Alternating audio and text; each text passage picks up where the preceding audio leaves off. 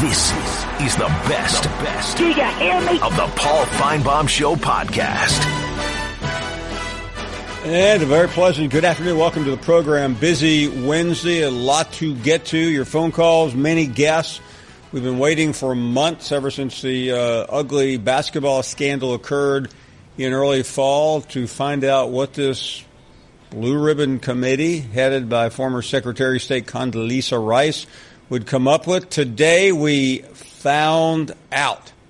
Condi Rice met with the media earlier today. Our first group of recommendations focuses on creating realistic pathways for student-athlete success. First, we must separate the college track from the professional track by ending one and done.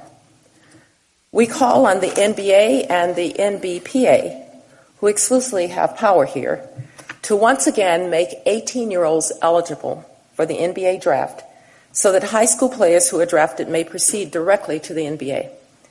Should the NBA and the NBPA decide not to do so, the Commission will reconvene and consider other measures, including freshman ineligibility and or the lockup of scholarships for a specific period of time. So what does it all mean?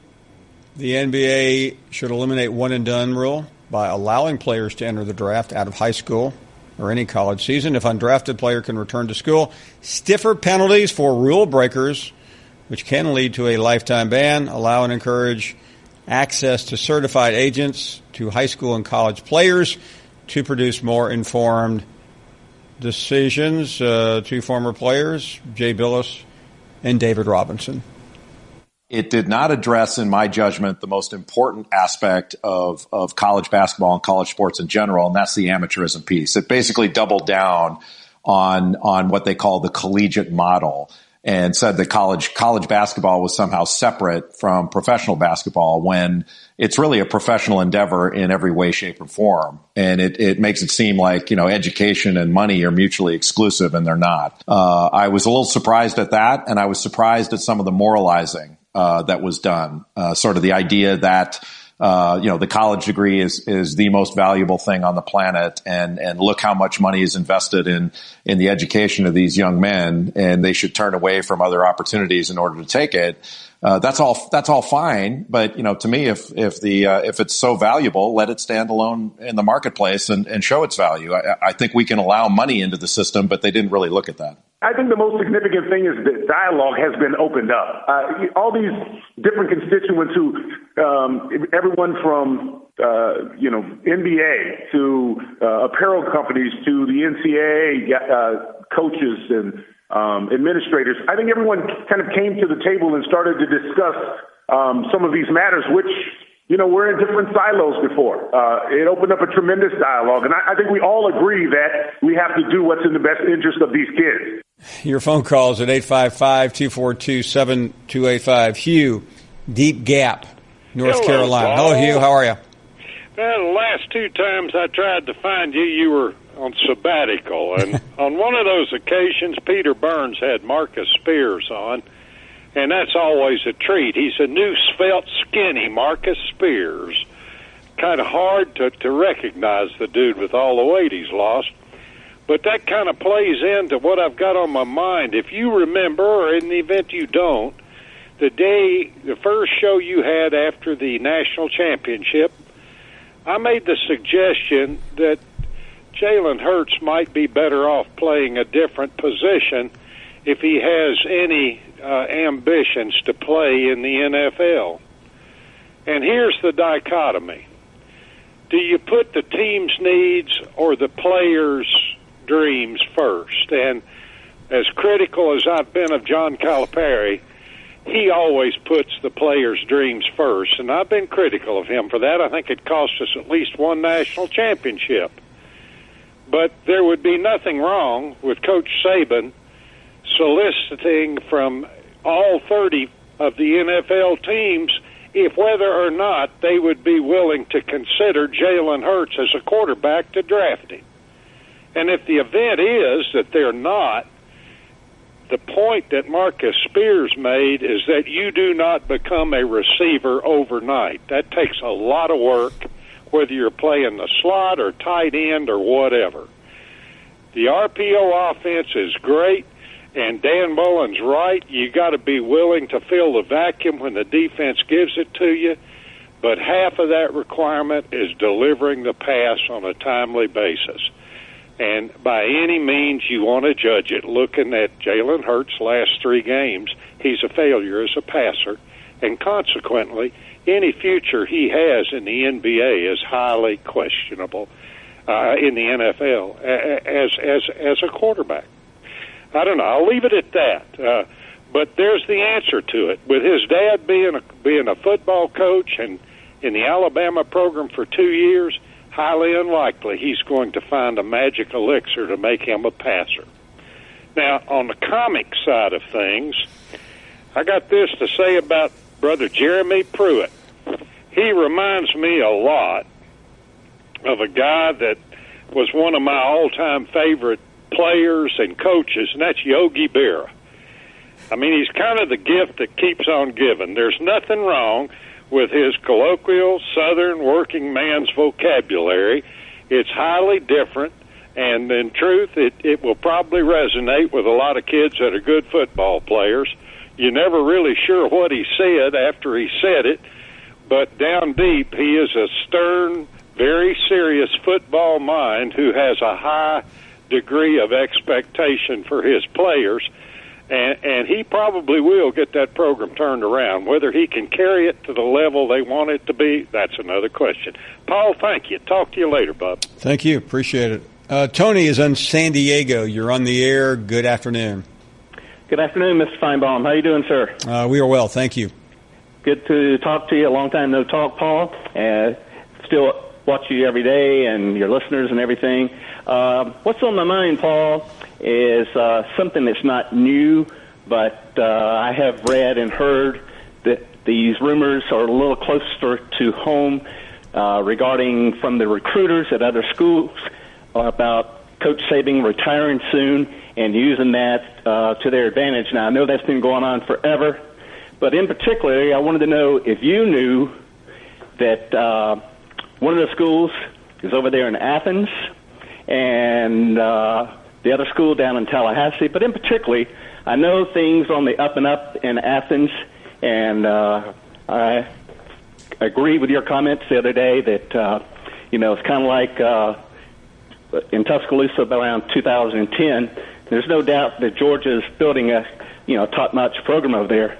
But do you think Coach Kirby is aware of these recruiters using those tactics? And, of course, I know who Coach Kirby, smart. No, hold on. Let me make sure. Hold on a second, Tony. I want to make sure I understand you. We're talking about rumors about Saban, and you're asking me, am I aware of Kirby Smart being aware of what? His recruiters using that as a tool against Alabama's recruiting. That let me say this. I believe there are several coaches that are using this currently against Nick Saban. Right. And I believe that number will continue to grow. And I think, quite frankly, it's going to be one of Nick Saban's biggest issues down the road. He can say whatever he wants, but his competitors are going to start using – he's alluded to it already. Oh, yeah. But his competitors, and I think Kirby Smart right now is his biggest competitor from a recruiting standpoint, will obviously use anything against him. And the best thing they can use against him is his age. Yeah. Well, do you think that that's being a little drastic from the recruiter standpoint? No. No. I mean, Tony, what do you do for a living? Well, I'm permanently disabled right now, Paul. So well, let me ask you this then. Okay, yeah. That's fair, and I didn't mean to put you in an awkward spot worries. there. But if you were in business, for the sake of argument, and you were running a Chick-fil-A, and a McDonald's came in down the street, are you going to tell your customers that McDonald's is good, or are you going to try to sell your place and find any edge that you can against the other place? Well, I'm obviously going to do the latter. Exactly. But I'm not going. But at the same time, I'm not going to take cheap shots at McDonald's. Well, there's no. By the way, Tony, there is nothing cheap about mentioning somebody's age. Well, unless you're Jim from Tuscaloosa. True that, Paul. Well, listen, man. And then you would just be lying if you said he was 20, 30, 40, 50, 60, 70, or 73. Yeah, and that you shoot 57 every time you play golf, right? Paul, thanks a lot, man. Great Tony, to hear from you. You be well. Glad to hear from you, as always. We'll talk soon. Thank you. Can I give a quick shout-out to Fatback in Anniston, Rob in Opelika, Alabama, and TR in Dothan, Alabama. And we got a big Roll Tide fan out here in San Diego, about 500 members. There's about 1,200 member club up in L.A., and everybody loves your show, Paul. Tony, I really appreciate that. You call soon. Thanks very much. Okay, bud. Take care. Okay. Roll Tide. You're listening to the Paul Finebaum Show podcast. The NFL draft is tomorrow night, and Hayden Hurst will hear his name at some point. He is, of course, the All-American tight end with South Carolina. Hayden, always a pleasure. Thank you very much. Good afternoon. And I was reading an article about you. You said you weren't going to the draft because you've already been down this road before. Good afternoon, and explain to us what you're. I know what you were talking about, but you've had a draft before in your life, haven't you? Yeah, yes, sir. A few years ago, back in 2012, the baseball draft, was kind of told along the same lines, late first round, early second round, and things didn't go according to plan. I think at the time what I heard, my agent priced me out and kind of fell off to the later round. So, I just wanted to take some pressure off myself this go around and enjoy it from my couch. So you've answered the question I was about to ask you. Where will you be, and with whom will you be? Will your family be around you? Yes, sir. It's going to be my dad, my mom, my sister, my agent, myself, and I'll be watching from Jacksonville. Okay, so we've seen your name pretty prominent. I read an article in the Charlotte paper the other day. It talked about they were very interested in bringing you in as Greg Olson's heir apparent. I know others have as well. What do you hear? What have you been told by various teams? I've heard kind of in that 16 to 32 range, that late first round is the range that I'm projected to go. Multiple teams have been interested, but at this point, everyone's kind of laying low, I guess, because they don't want to show their hands, for tomorrow night.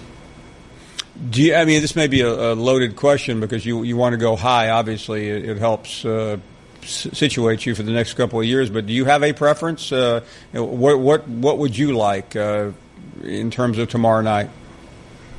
I'd love to hear my name called in that range, in that first round range. It'd be awesome for my confidence. But I think most importantly, I just want to get, on one of those playoff teams, a team that's successful. I think it would be great for me, step in and with one of those quarterbacks. I've been mocked to the Saints with Drew Brees and things with the Patriots. Obviously, with Tom Brady would be great. But whatever happens. It's out of my control, and I'll just be with my family tomorrow night, and we're going to enjoy it. Hayden, let's talk about your position because, depending on where you are in college, it's utilized, maybe underutilized, but in pro football, the tight end is a critical position. Explain to us lay people the difference between college and pro and why we see it significantly more in pro football. I think it's just an evolving position. I know some offenses in college ask their tight ends to do a ton, in pass protection in the run game and then getting vertically down the field. I think that's kind of where football's heading. You have to be able to stretch the field vertically, which they do in the NFL, which opens up your number one guys outside. It makes those one-on-one man-to-man matchups a lot easier. But, like I said, I think that's kind of where the game's heading, and that's why you see more and more of these tight ends going early. No doubt. Hayden Hurst with us will be in Jacksonville tomorrow night, obviously, with his family. Hayden, if you don't mind, I would like to spend just a second talking about your college career. You mentioned the baseball preamble, but the last couple of years, especially under Will Muschamp, we've seen a transformation and an infusion of energy into that program in Columbia. How was it on the inside? I love Coach Muschamp. What he's doing up there in Columbia, if you're a South Carolina fan, I'd be extremely excited. The energy that he brings with that coaching staff every single day, it's a great environment. It's a great time to be a Gamecock, and I'm excited to watch from the sideline and see what those guys do. I think the program's obviously heading in the right direction. Then you got Coach McClendon heading the offense now, which I think he's going to open it up and utilize his playmakers. So like I said, if you're a South Carolina fan right now, I'd be extremely excited. Let me get your thoughts on Jake Bentley. Obviously, he's still extremely young, but unbelievably talented. Your impressions of spending a little bit of time with him? Yeah, Jake's an awesome kid. I mean, off the field, comes from a great family. You know, Coach Bentley being the running back coach. You know, I got to know that family really well. Jake's one of my best friends. Like you said, extremely bright young man. And then as far as football goes, he's an extremely talented quarterback. And I think with Coach BMAC, you know, being the offensive coordinator this year, he's going to take some pressure off of Jake. You know, I'm expecting a lot of big things out of him. You know, he's a talented kid, and I think, you know, I'm excited to watch what Jake can do. I think the end of last year, especially the Michigan win, surprised some people around the country. But you being at the forefront, at the vanguard of this program's rise back up again, what would you say Coach Muschamp has brought in that and again, with all due respect to Coach Spurrier, I mean he had an amazing run there, a couple of 3 straight 11-win seasons. But what would you say if you had to pinpoint something or a number of things that have changed dramatically under Coach Muschamp? What are they? I would just say the mindset he brings every single day. You know, he challenges us. He challenges those guys in everything that you do. You know, we never take any reps off. We never take a day off. And those guys grind. You know, I mean, whether you're Deebo Samuel or you're a third-string guy on special teams, Coach Muschamp is going to challenge you, and he's going to bring out the best player in you. You know, and that's why I think we had the success this year, you know, going 9-4, and then he preaches, you know, take teams to the fourth quarter because we're going to out-tough them. And, I mean, I think what we did to Michigan proves that. And finally, you played in what we believe and most sensible people believe is the toughest and the best football conference in America. Your thoughts now that it's over, and I realize tomorrow night begins an incredibly exciting chapter, but just the grind of the SEC and how you think that has helped prepare you for the next level. Oh, man, I know people outside the conference really don't understand it, and they get tired of hearing it, but the SEC is the best football in the country, and there's no doubt about it. You know, and I was able to do it at the highest level for 2 years at South Carolina. You know, I was named all-conference, and, you know, that's why I think that I'm the best tight end coming out, because I did it in college at the highest level for 2 years. And then, you know, I don't have any fear heading into this thing. I know it's going to obviously be a different beast once I get to the NFL, but, you know, I feel extremely prepared having played in the SEC for 2 years and doing what I did. Well, Hayden, I know tomorrow night is going to be very exciting, and you'll hear your name, I think, reasonably soon. But I'm sure you'll pace yourself because we always watch that, and it's fun for us as fans. It's not easy when you're sitting there with your family around, but I can't wait to see it. I know you can't. Thank you for coming on, and best wishes tomorrow night. Yes, sir, Paul. Thank you for having me. You're listening to the Paul Finebaum Show podcast. So this was this yesterday? This was Hayes' mock draft 1.0. Again, John Hayes put this list together. I'm not saying that we don't do things collectively here, but this was his list. I choose not to rank callers. There is a McShay to a Kuiper. We have a Kubiak to a Hayes. Yeah, Paul. I mean, let's just start it out. Jim from Tuscaloosa is the number one caller on the show. Okay? You can boo, but he is. The most egregious one, I think, John had Rich at Atlanta at 2. Yeah. 7th best caller at best. At best. All right? And that's Rich needs to call in. That's being generous, considering Larry from Missouri doesn't call that much, and Matt from Gainesville's new. All right? Everything else I kind of agreed with. I moved Hugh and Deep Gap up a little bit, but just a little shuffle inside the top 4 there. And I only offer suggestions because I don't do this, but where is my man Bobby from Birmingham? Hey, buddy. Bobby from Birmingham is the sleeper pick. I'm going to say this. He can work his way into the top. I'm going to say this, and then I'm going to go. Here's the problem. You know, you want to have a caller who's going to be there through thick and thin, right? Andy from Ohio's called like 3 times in the last year. Yeah, but his calls have been just dynamite. I would agree with that. I think it's a travesty that Hugh in Deep Gap is not in the top 5 in the mock. He's got a great voice, great pipes. Great voice, solid call every single time. But he's not changing. And my question to both of you though. is Tammy and Phyllis. Between the two of them, they probably haven't called 5 times this year. Sometimes you just got to leave the top Okay. That's why I moved Jim up, though. And Tammy called yesterday.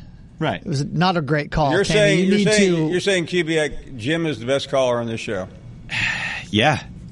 He just brings so much every time that I brings nothing to this show except for controversy. He brings controversy. That's something then, is it not? It is something that gets people talking. He knows he's up to date with all his sports. He's sapient. He's sapient. But you know what he does? He's our political correspondent. Since when? When was the last time he called? All I've seen him do in the last 2 weeks is tweet endless garbage on Twitter. So he's just waiting. He's biding his time. And Kubiak, where is Legend, one of the great callers in the show's history?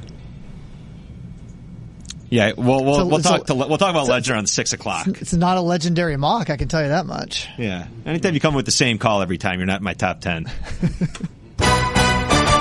You're listening to the Paul Finebaum Show podcast. You're not worth a flip. Mark Kubiak gave his top 10 caller list earlier, unloading on Legend, of all people. I think everyone knows the show by now. Legend is next. What's up, Coach? What's going on, brother? Legend, your man Kubiak, not too kind a minute ago. Yeah, I'm like the Dan Marino of this draft. Are they blind, Paul? Are they blind? Kubiak, do you have any, would you like to say? That is a perfect analogy. A lot of talent, no rings. You can't kiss the rings if you're Dan Marino. You don't have any. Hold on one second. Mark, Legend. How many rings have you got, Kubiak? Because I got 18 in my No. Oh, now you have 18? I got 20. What are the 18 rings? Like, tell us what they are, Legend. Legend, I want you to talk directly to Kubiak because he said basically same call every day, not particularly compelling. So talk to him directly because I'm not part of this. See, that's my exact thoughts of Mark Kubiak right there. He just nailed my analogy of him right there. See, he don't like me because of who I represent, Paul. I represent the Alabama nation and the Sidewalk alumni. That just goes against everything that Mark Kubiak stands for. He can't stand me because he can't stand Alabama. He's a Yankee, Paul, at the end of the day. He wasn't no talent. If it walked up and slapped him in the face, Paul, he wasn't no talent. He's talking about some guy named Hugh. Who the hell is Hugh? I'm serious, Paul. Who is Hugh? Am I missing parts of the show or something? Maybe since the show left Bama, you've missed a little bit. Expanded. Hey, Legend, Hugh ain't you.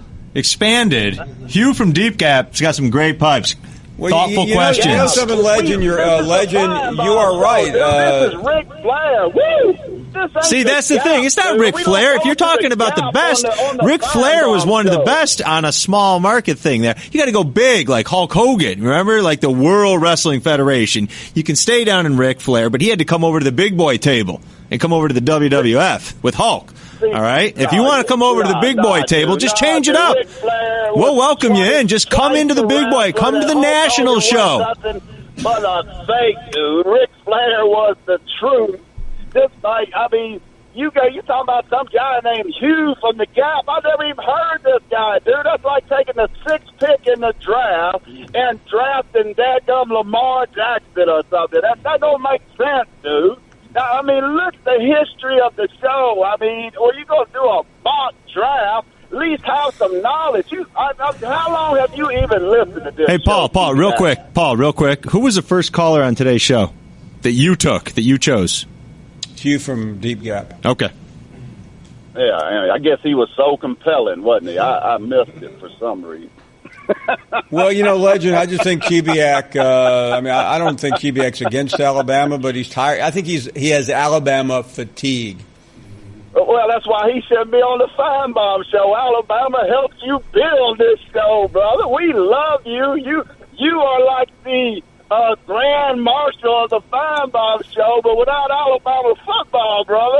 If you had to depend on Auburn and Georgia and LSU and Florida, you'd still be in Birmingham, brother. If it wasn't for Alabama, Kubiak wouldn't even have a job right now. He ought to kiss the ring every friggin' day when he steps in the What about it, Kubiak? What about it? He's got a point. He's got a point. If there was not for Alabama, and we found we can't not rely on Georgia and Florida yet.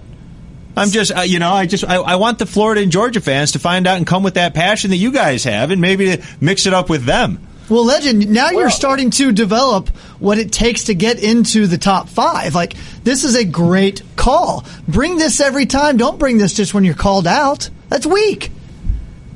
Who you calling weak, dude? I'll read through these things and show you weak. Hey, Legend. Who is that? Hey, let me warn you, Randy. You don't call a guy like Legend weak. That's Legend. Is that? Would you say that? I mean, those are fighting words, Legend. Yeah, I mean, watch that weak talk, dude. Keep that to yourself. Put a little bass in your voice when you talk to me, too. But on a serious note, Paul, let me just get a little football note in here. There is a quarterback controversy at the University of Alabama, but it's between Matt Jones and Hayden Hurst. Good stuff. It's for the backup position, brother. Anybody knows football knows two. So you're suggesting Jalen Hurts could end up number 3 on the roster? He could end up like Kubiak holding the clipboard on the sideline. Thanks, Legend. You're listening to the Paul Finebaum Show podcast. Put a little cherry on the top. Bobby is up next. Bobby is calling from Birmingham. Good afternoon, Bobby. How you doing today, buddy? Bobby, I am doing well, thank you. Yeah, a nice crowd Saturday down in Bryant-Denny. Not bad. Yeah, not as good as Georgia, but not bad. Had about 70,000 people. That was enough. I just said not as good as Georgia, but not bad, Bobby. No big deal. I'm not worried about Georgia. I know you're not. Anytime you say that, I know you're not worried about Georgia recruiting, even though they beat you guys last year. And I'm not worried about Georgia. And your boy and his mock draft. Mark Kubiak? Yeah. I wouldn't want to be on his mock draft list. Three-quarters of people on that boy wouldn't take but a half a season to jump across him and be in the Hall of Fame. What? Bobby, you're right on the cusp, like number 11. Bobby, you know you would be on my top 5 any day of the week. And Randy, I'm surprised at you, Randy. Randy? Why, Bobby? I'm a huge Bobby from Birmingham fan. And if you following the wrong boys when you following Mark and Big Ten John, boy, I wouldn't follow them across the street. There's no around the corner. So you'd be a sleeper pick. I mean, just because you're not in the top 10 doesn't mean you're not top 10 worthy. Did you hear what I said? Three-quarters of them in the top 10, I'd jump past them and be in all the things. Bobby, would it be a fair statement to say that you have some issues with Kubiak? No, I'm just mad because we got to wait a decade to play Notre Dame again. I might not be around then. Bobby, you're still a young man, aren't you? I'm 71 years old. No, you're younger than Jim. Yeah. I had anniversary Friday. 48 years. You're how many years, Bobby? 48. 48 years, I'm assuming, to the same woman? Yeah. 48, that's remarkable, Bobby. Well, I tell you what, many congratulations. Do you have any big plans or what? After 48 years, Paul, I did everything but die.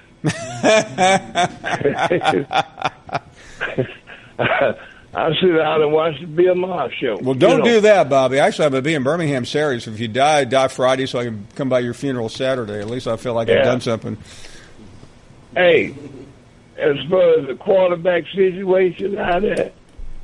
Yeah, what about it? We pay Saban enough to name a starting quarterback. He don't need all them PR, man. And you know, his younger brother signed with Alabama. Yeah, I read that, Bobby. I keep up with Alabama. But I saw him play last season at Thompson. What do you think? He's pretty good. Okay. My grandson go to Thompson. Well, Paul, I ain't going to hold you. I'm going to say this to Randy, and I'm going to let y'all go. You better be careful about them boys, Randy, because about 2,000 years ago, they laid down some palm leaves for old boy, and the next Sunday they say crucifying, so you better watch them boys. Happy Easter, Bobby. You're listening to the Paul Finebaum Show podcast. The NFL draft, it is in Dallas. It's been in Chicago and Philadelphia, usually or used to be in New York. Now it's a traveling road show, and that's exactly where we are heading right now, to Dallas or somewhere. I don't know. Looks like we're heading to somebody at a Holiday Inn Express. What in the world and where in the world is Laura Rutledge? Yeah, Paul, I'm here in Dallas, obviously, but I'm currently just preparing for the draft in this nice spa room here that they have for me to talk to you. And truly it makes sense because you stress me out so much that I need to be in a spa room so I can be relaxed. I'm here on a massage bed. I actually have some nice oils here. I don't know how you feel about massages, but if you decide to come join us for the draft, you know, you can definitely come here and get a massage. When I tell you that they have everything for these draftees and for these guys who are potentially going to be picked very early in the draft, I'm being very serious. It has been a whole nice parade of haircuts, of, you know, getting shaved, getting ready to go, manicures, pedicures, all that stuff. And I've finally gotten my chance to truly sit back, relax, and talk to you now here. I know we're supposed to make this about the draft, but I know that you've been to spas before. So when you go to one of these 5-star spas, what do you do there all day? Yeah, I actually haven't been to that many spas, but when I lived in Shanghai, it was a big thing over there. But it's actually funny. I got a massage there, and I didn't know what I signed up for, Paul. So I signed up for a very intense one. And at one point, there were 2 people stomping on my back. And at that point, I decided, no more massages for me. I'm done. It was way too painful. I don't think that's going to happen here, though. I think we're a little more relaxed here, just making sure that everyone's at their best to hit the red carpet tomorrow. Yeah, Laura used to be 5'1", now she's 5'10", thanks to that stomping she got in China. Well, I know all the spa stories, so we'll save them for the live Facebook Live session after the show. But talk a little bit about we just saw you with Minka. Tell us about some of the other players you've been running into, and what is their state of mind a day before? Yeah, I think a lot of people are just ready to get to the draft. I mean, these guys have been here now for a couple of days. I was just talking to Darius Geis, and while he's so excited, he's like, hey, I'm ready to get out there. I'm ready to get to rookie camp. I'm ready to get going here. And I think for some of these players, it's been a whirlwind of epic proportions for them. So to actually get a chance to go through the whole process and to be doing all these things that they're doing today and talking to so many different people, so many different networks, including us, of course, it's just time now to make it happen. And I've really been interested to talk to them a little bit more. Some of the guys that, you know, in the SEC we don't get to talk to as much. Josh Rosen was very interesting today. I think he's a guy that's dealing with so much outside noise, a lot of people talking about him, and yet he's very focused on just whatever's going to happen, wherever he's going to get picked. And this is really a fascinating draft from that standpoint. There's so many different stories, so many different things going on, so many different ways that these teams could go. So it's just all going to come down to tomorrow night specifically, and even beyond that as well. But yeah, I think my favorite thing of the day was hearing from Minka, as you guys just heard, that when Nick Saban calls him, it's always no caller ID. That's what it comes up as. And sometimes he ignores Nick Saban's phone calls. Who does that? If Nick Saban calls you, you're going to answer the phone, right? Well, Laura, I know one thing. If I get a call that says no caller ID, there's only 2 people I know that call me. One is actually Saban, because you have to answer the phone. But one time, and I thought Saban was calling me about something, so I picked up the phone. I said, yes. And I was pretty uptight. And it was the other person I know that has no caller ID, and that was Jim from Tuscaloosa. Oh, that's right. You know, here's the thing. And he spent Whenever the next 20 I get minutes. a no caller ID, it's definitely not Saban. And Jim spent the next It's definitely Jim. Jim spent the next 20 minutes using easily the most foul language I've ever heard in my entire life. I mean, blankety blank. I can't even come close to repeating them on a show like this. And I said, I think I would have been better being chewed out by Nick Saban, which I have been before. But will you answer the phone if you don't know who it is? Yeah, well, see, I would probably not answer the phone if I didn't know who it was. But the thing is, Minka admitted that he knows that when no caller ID shows up on his phone, that's obviously Nick Saban. And he's called him repeatedly times before, and Minka said, I'm just not going to answer it. Now, they have a very great relationship, don't worry. But Saban likes to be answered when he is calling. Now, he will probably be there tomorrow night. I think he's been to pretty much every other draft. I don't know if he will be. The coaches, and I realize we're jumping ahead, but it's almost a convention of sorts. You have the great players, you have agents all over the place, and now the coaches start showing up. What can you tell us? What should we expect to see tomorrow night?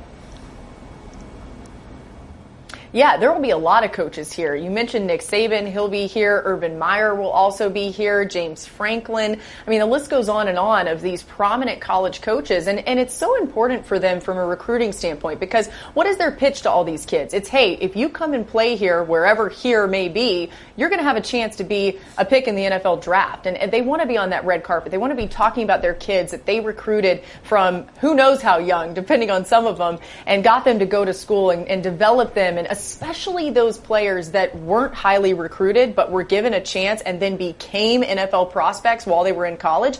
Those are the guys that they really use as advertisement for their programs. So we will see a lot of the biggest names in college football. And Paul, it's fascinating because there aren't that many times where college football and the NFL truly collides. This is one of them. So you see all these college coaches, all these future NFL players who are, still in between college and the NFL, and then some NFL people as well as some other college people. It is a meeting of the minds, a meeting of these two worlds that have a lot in common, but also have a lot of differences. And I want to juxtapose that with something that we've talked about a lot during basketball season. You were literally in Kentucky at Rupp Arena almost every Tuesday night on Big Tuesday, and that is John Calipari's calling card, and it's been one of the keys, as you know, Laura. How do the Nick Sabans, the Dabo Sweeneys, you mentioned Urban Meyer, now Kirby Smart, use tomorrow night in addition to playing for a championship as a recruiting tool?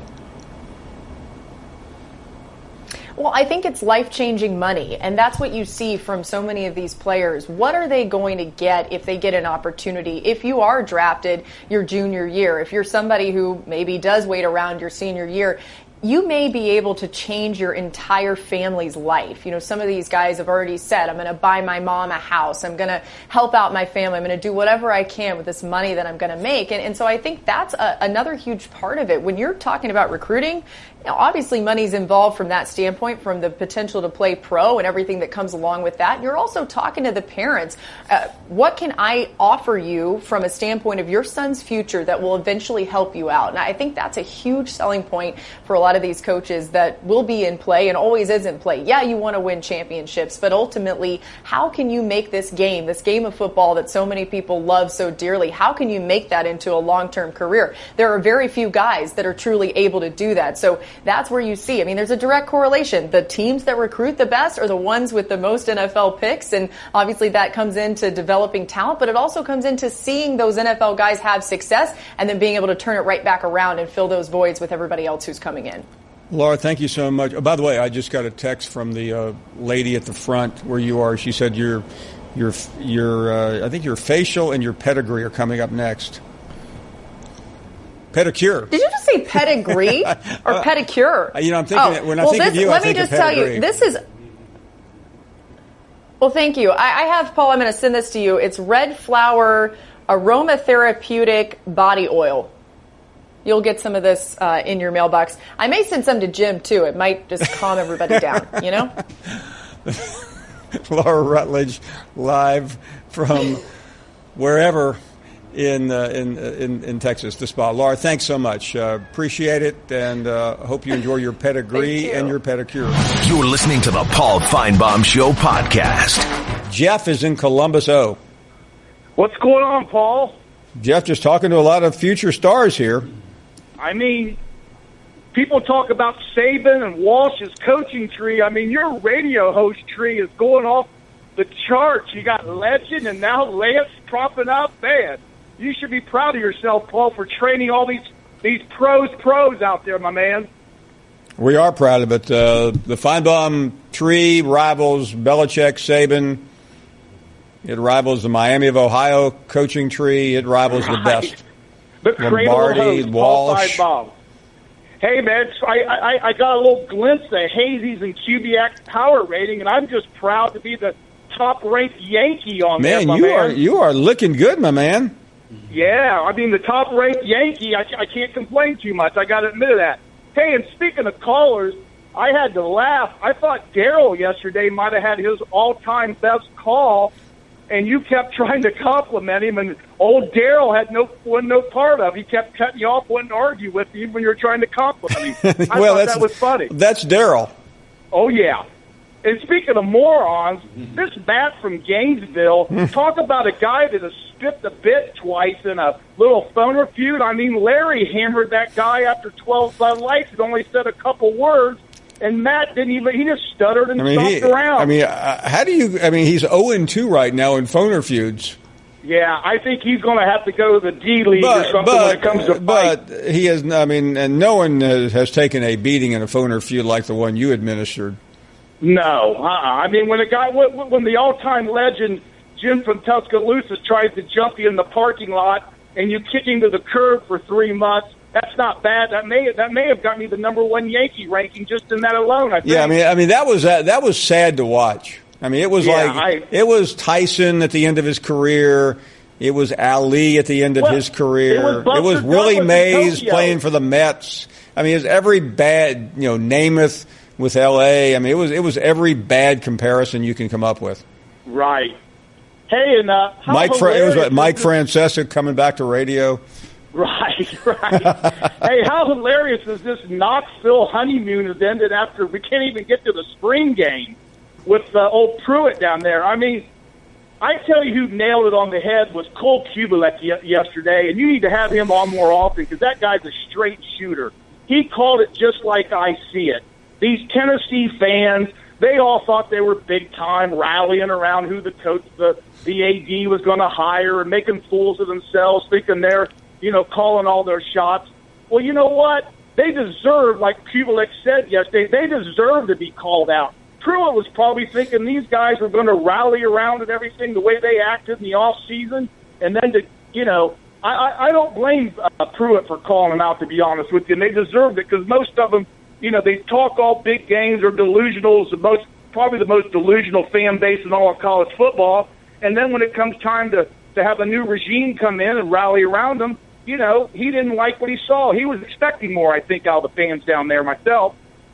And I called you about a month ago, Paul, and talked to you about this Tua Hurts thing.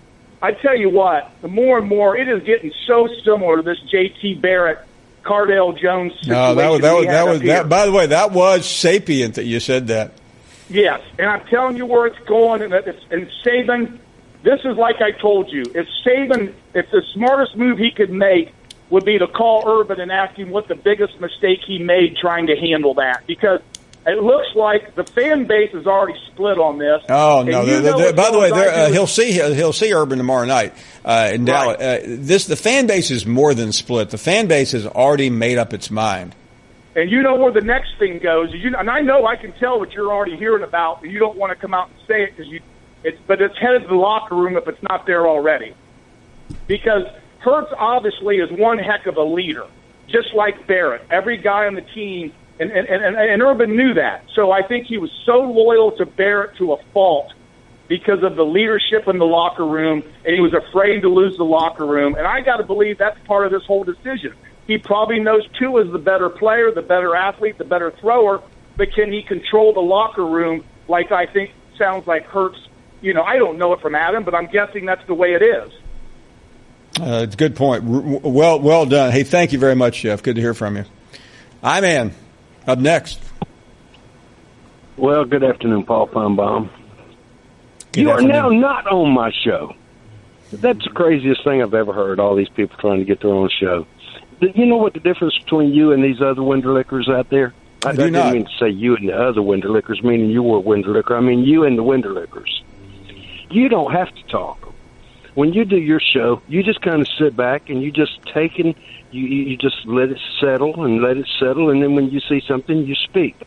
These other people got to talk all the way through because they have no guest. They don't really have anything to talk about, but their aspiration to be a talk show host is just driven through the roof, and I don't understand that. Why would somebody want to do that? Well, it's the new world we live in, where anyone can have a reputation or a voice by speaking, whether it's social media, by doing Periscope, by doing YouTube. I mean, everyone can be heard. Now, the question I have is, everyone can be heard, but who out there is actually listening? Well, that's what I was going to say. I was involved in professional music 40 years, and I have never once bothered to put a single thing on YouTube because it's not that important to me. And I mean, just in the music thing alone, what is there? Probably 10 billion tunes out there to listen to. Oh yeah. And recording is probably the word. Yeah, somebody stumbling across. Exactly. And the same thing with the radio shows. I guess if you got 3 people liking it, I guess that's kind of cool. I mean, nowadays everyone has their own internet radio show. Everyone has their own YouTube channel. And by the way, about 1 in a million of these actually pan out, and the person makes a lot of money and is famous for 15 minutes. Right, for 15 minutes. 15 whole minutes. Can you imagine? That's 60 seconds times 15 minutes. That is a real long time in some of these poor. That's wheel time. That's wheel time. 15 minutes, not a minute here and a minute there. We're talking about one solid block of 15 minutes. And Jim used to tell me all the time, me and you ought to get a show. We blow Finebaum off the air, and I think, well, who would listen to us? Well, Jim actually believes he could, but every time I've offered Jim a chance to be on the show, he's turned it down because we all know he can't do it. Well, and you're hearing it straight from me, from Amen, the most loyal caller listener that you've had for 20 years. True. When I'm telling Jim, what would we talk about? Are we interesting? I mean, would anybody tune in? 20 hours a week doesn't sound like a long week. But when you're sitting there live and you're having to do that 4 hours a day, 5 days a week, that's pretty intense. And then you got to find somebody to sponsor the thing. That is true. I hate to run. You're listening to the Paul Finebaum Show podcast. You're not worth a flip. Darriel next. Darriel, welcome to our program and good afternoon. Wasn't it Lance who stated, I think, last year that Franks was going to be a great quarterback? He sure did. Lance always had. But by the way, I mean, you heard what he said. He has a couple of sources at SEC country. Is that right? So do we. I know. I also heard him say that he has some great quarterback. He knows great quarterback or whatever. I remember making that comment about Frank. We see how that turned out. I mean, you know what? Well, Lance is worried. Lance is worried big time. Lance knows that he's not even the second best team now in the SEC. And he knows that the gap between his team and the team in Athens is getting wider and wider and wider by the second. Lance knows that. Okay, he's worried. Paul, I will say this, though. I like Lance. Lance ain't as bad as that wannabe you got out there in Ohio at Columbus. I mean, that guy is I think he calls in just to hear himself talk. They don't have a radio, they don't have a show out there he can call? I mean, he wants to call him rag on the SEC. I mean, good Lord. When is the last time Ohio State done anything? And they wouldn't have done anything if Urban Meyer, who was in the SEC, went out there. But when's the last time they played for a national title game? How many years has it been? Well, they won the championship in 14. Okay. They missed in 15 by losing the next to the last game at home, so they missed by about one position. In 16, they were in the playoffs. Last year, they came in 5th. So, I mean, they've been pretty consistent. I think last year they got credit for what, beating USC or something like that? Didn't they beat USC last year, Southern Cal? I can't remember who did They Ohio beat State. somebody, and they gave them a lot of credit for it during the playoff. They were talking about it. But I would like to see that team come into this conference, and let's see how good they would do. They would be a 3-loss team every year. I don't know. Listen, in 2015, I think I think Ohio State would have easily been the second best team in the SEC, and they would have had they played Alabama. I think Alabama would have won. I thought Alabama was really good in 2015, but not by much. Yeah, didn't they play? They were like heavy favorites against Florida in the national championship game. Is that right? Well, let me go back to 2015. I frankly thought Ohio State had the best team in the country in 2015. Well, I don't think they got the best team in the country now, and I think the Big Ten is starting to slip a little bit. And you got schools that are... Darryl, I don't mean to contradict everything you say, but what do you base the Big Ten is starting to slip a little bit? I mean, Penn State was really good last year. They lose a lot. How many teams did they have in the Final Four? Well, they didn't. I mean, we already established they didn't have any. They missed by one position. I mean, ain't that the goal? Well, in talking about the best conference, that's one way to examine it, but it may not be the only way. At least the conference ain't as bad as that. Who came up with that list is what I want to know. How in the hell do you put Larry from Shelby in that? Why don't you ask Mark? Why don't you ask Mark Kubiak? Since I don't do that. I ask Mark Kubiak because Kubiak, what about it? Hey Kubiak, I got a question for you. What's up? Name me 5 great Auburn running backs and 5 great Alabama running backs right now on the spot.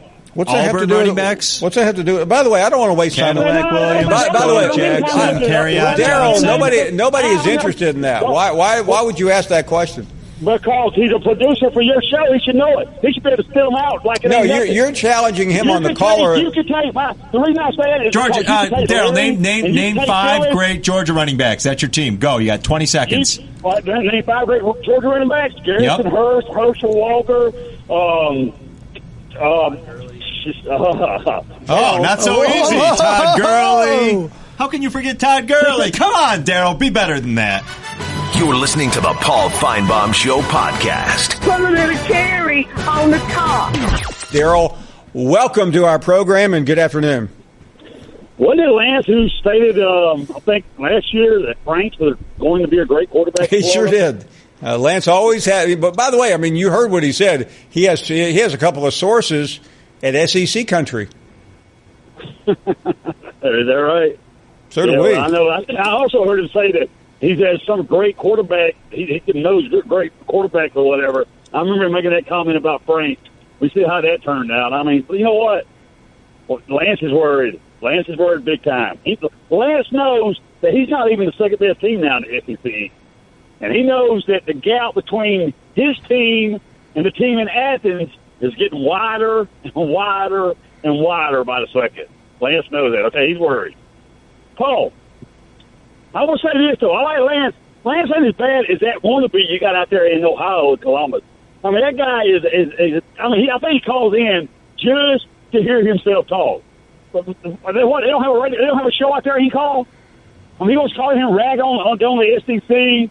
I mean, good Lord. When is the last time Ohio State done anything? And they wouldn't have done anything if Urban Meyer, who was in the SEC, went out there. So when's the last time they played for a national title game? How many years has it been? Well, they won the championship in 14. Okay.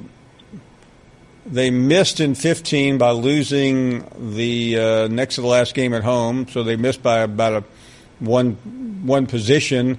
In 16, they were in the playoffs. Last year, they came in 5th. So, I mean, they've been pretty consistent. I think last year they got credit for what, beating USC or something like that? Did they beat USC last year, Southern Cal? I can't remember who did They Ohio beat somebody, and they gave them a lot of credit for it during the playoffs. They were talking about it. But I would like to see that team come into this conference, and let's see how good they would do. They would be a 3-loss team every year. I don't know. Listen, in 2015, I think Ohio State would have easily been the second best team in the SEC, and they would have had they played Alabama. I think Alabama would have won. I thought Alabama was really good in 2015, but not by much. Yeah, didn't they play? They were like heavy favorites against Florida in the national championship game. Is that right? Well, let me go back to 2015. I frankly thought Ohio State had the best team in the country in 2015. Well, I don't think they got the best team in the country now. I think the Big Ten is starting to slip a little bit. And you got schools that are... Darryl, I don't mean to contradict everything you say, but what do you base the Big Ten is starting to slip a little bit? I mean, Penn State was really good last year. They lose a lot. How many teams did they have in the Final Four? Well, they didn't. I mean, we already established they didn't have any. They missed by one position. I mean, ain't that the goal? Well, in talking about the best conference, that's one way to examine it, but it may not be the only way. At least the conference ain't as bad as that. Who came up with that list is what I want to know. How in the hell do you put Larry from Shelby in that? Why don't you ask Mark Kubiak? Since I don't do that. Why I ask Mark Kubiak? You know Kubiak, what about it? Hey, Kubiak, I got a question for you. What's up? Name me 5 great Auburn running backs and 5 great Alabama running backs right now on the spot. What's that have to do? Running backs? What's that have to do? By the way, I don't want to waste time. Williams, by the way, Jackson, Darryl, nobody is interested in that. Why would you ask that question? Because he's a producer for your show. He should know it. He should be able to spit them out like it. No, you're challenging him on the caller. You can take the reason I say it is Georgia. Darryl, name 5 great Georgia running backs. That's your team. Go. You got 20 seconds. Name 5 great Georgia running backs. Garrison Hurst, Herschel Walker. Not so easy. Todd Gurley. How can you forget Todd Gurley? Come on, Darryl. Be better than that. You're listening to the Paul Finebaum Show podcast. They were having this tete-a-tete with Darryl when we went to the break, and a lot of people on social media wrote Darryl off, and I like Darryl a lot. I think Darryl has been I've gotten to know Darryl. In fact, I met Darryl and I had lunch a couple of years ago when I was on my book tour, and he's a fascinating guy. Yeah, you know, he's a Georgia fan that wears it on his sleeve, but most fans do. Darryl is back, and Darryl, I want to ask you this. I'd like you to talk to Kubiak and Randy. I don't want this. Can you do this? I want you to talk substance here about your role on the show and where you found their list to be objectionable. I don't really want this. Can you, Final Jeopardy? Final Jeopardy stuff. I know, okay. I mean, Tammy, really? You've got to be kidding me. Where's the quality at? Oh, guys, are you back? So training about nothing, and he doesn't even understand the game. Phyllis, I give Phyllis some credit being over there. Phyllis might have got it to ESPN or whatever. But, I mean, come on, let's not forget. Phyllis is the one that said Kanye West played for Alabama, okay? I remember that very well. Phyllis goes way overboard with Alabama. Big time bad. I mean, not good at all. Especially with the guy killed the dog and she was trying to defend him. I mean, come on, man. But Larry from Shelby, what does he bring to the show? It's the same old every time. There's no quality there. He doesn't talk football. I will agree that Larry brings the same thing. Golf.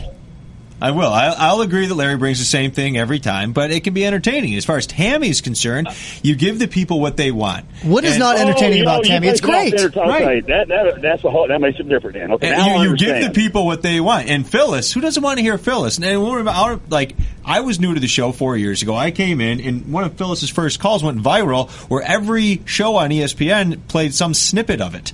I mean, she had other radio host, Colin Cowherd, getting after it. That's impactful. That's impactful. So that's what they bring. That's why they're in that top 5 of the list. Okay, it's hard for me to really understand that someone is really that big of a sports fan when you tell them to name 5 players on their team and they can't name them. They look at you with like a look, like they're lost. Like Charles from Real Town couldn't do. I asked him to name 5 great Auburn running backs. Always had a ton of great running backs. He couldn't name 5. And I gave him Bo Jackson right out the gate. I mean, that to me, if you're a great fan and you're really into your program that much, you ain't got to know all 22 starters, but you should be able to know some of the starters, I would think. I mean, Absolutely. You should know a little bit of the history of the program outside of Count the Rings and Bear Bryant. I think it's a little bit more to Alabama than that. I mean, I can name you 5 great Alabama running backs, and they're not even my school. But we're talking about, Darryl, the main thing we're talking about is bringing something to the table from a caller's standpoint. See, Darryl, you have been the Georgia representative on this show for a very long time, even before we were on the SEC Network. There's callers in that list, okay? What about the two? I mean, when does Andy from Ohio call in? Once in a blue moon? But again, when he calls in, it's great. Yeah. It's something that people want to hear. It gets reaction. You never heard Jim from Crestwood, okay? He's still on that list. Even though he used to answer the call to years. Kevin from the Kevinator, he should be on that list. He is very entertaining. No, Darryl, we're talking about the list now. We're not talking about a Hall of Fame list. Well, he's saying that you could be on it if you call in once a year, which is like about. Well, listen, to me, to be on that list, or these are people that make an impact. You have to call the show. You can't. How do you know? Let me ask you this: when you say they make an impact, how do you know they make an impact? What did you base it on? What data? Just what you think, or what? What was the question again, Darryl? Okay, how do you? I'm waiting for the French interpreter. To know who makes the impact? That's what I want to know. Well, I feel like I know it. Because I'm sitting here taking the phone call, and I know what calls resonate and move the show. Your calls have done that. This guy in Georgia, as goofy as he is, I don't put Matt on the list. I don't even want to be on it. I ain't calling for me. My day was I was etched. Okay, but the greatest thing that ever happened on this show was when Brent Musburger mentioned me. Nothing else. I don't need nothing else. That's it. That right there was enough for me right there. That did it because I know how great Brent Musburger was. Okay, and I mean to be able to get Brent Musburger's attention was that I don't need nothing else. And it could be all down here from here, and that's fine with me. But I think Matt should be on the list. I find him somewhat entertaining, even though he debates you and calls you out on the Alabama stuff. No, listen, that doesn't bother me, Darryl. You know that. But I just don't understand. I mean, but now I understand. Now it's based off entertainment. It's not based off. No, I mean, it's based on a lot of things. I mean, a good caller to a show. Wouldn't you put Jim Tuscaloosa number one then? I don't have Jim. But Jim is not on my list right now. Why is Jim not on the list? Because you have to talk about something other than how much you hate the show. That is not compelling. I mean, I have treated Jim with kid gloves for a long time. I've tried to rehabilitate Jim. I've tried to bring him out of this long funk that he's been in. But if you can't call the show and react, the only call that Jim has made to this show, I think, all year that was about something other than himself, someone else's call, how bad the show is, how the show used to be better. The only time was when he called in after J.K. Scott and reacted to that. That was a great call, but that's the only good call Jim's had all year. Jerome should be on that list. Jerome should be on that. I totally agree with you. I mean, absolutely. And I would probably, you gonna put who you got on there? You gonna put like Andy from Ohio on there? You got to put I-Man on there. I mean, he is. Well, first of all, Andy from Ohio shouldn't be on the list. I mean, he is a yesterday caller, not a today caller. What you need to do is get the pro back into your producers, because now they're just deucers. You know what I mean? I mean, they can learn a lot from Pat Smith. Well, that was actually a pretty good line, and I got Darryl, you may be working in the top 10 with that line. I couldn't. Listen, I have to tell you guys, my hearing sometimes with Darryl, I missed what he said. He said that they need to put the pro back in producers. Is that right? Something along those lines. Yeah. And then he complimented Pat Smith. I don't think either one of you guys know Pat, but he used to be. He started the show as we talked about a couple of weeks ago. Man, I don't know. That was pretty crazy. What you need to do is get the pro back into your producers, because now they're just deucers. You know what I mean? They're deucers. That was funny. That was funny. What about Larry, who's been on all the lists so far? Well, my. I don't know nothing about my football. Man, I was recruiting. I may not spout off all the names, but I know my team. I know my football. He is a moron. He is a falsehood liar. I know my team. I love my team. I watch recruiting every year. Keep up with my team. Don't he? Come on here and talk that trash with me. I slap the taste out of his mouth. I love my team, and I love it to the heart, brother. So don't you come on here, Darryl, talking your smack like you know more than everybody else. You don't know Jack. You know Jack, but you don't know Pooh, do you? That's right. And I'll tell you something else. I got a show coming out. It's Ask Jack. Hashtag Ask Jack. And I'm going to have a teleconference. And I'm going to have Rich is putting it together. And I'm going to have my own show. Now, how about that, son? And I wouldn't have you on there, Dale. I wouldn't even let you take the garbage out. I wouldn't let you cut my grass, clean the commode, or wipe my you-know-what. Now, you take that and stuff it, son. You want to get together, hey, you meet me somewhere, talk about my team, I will turn you upside down, son. When I got through with you, you'd see, yes, sir, Mr. Larry, yes, sir. You understand that? Now roll down tight and stick it. Yeah. If you if you put the show on, like, let's say you're driving, you're right outside of New York or in L.A. and you figure I'm going to catch up on sports today. I put on satellite the ESPN extra channel. You've got to be wondering what in the world you're listening to right now. Thank you for listening to the Paul Finebaum Show podcast. The Paul Finebaum Show airs weekdays on the SEC Network beginning at 3 Eastern.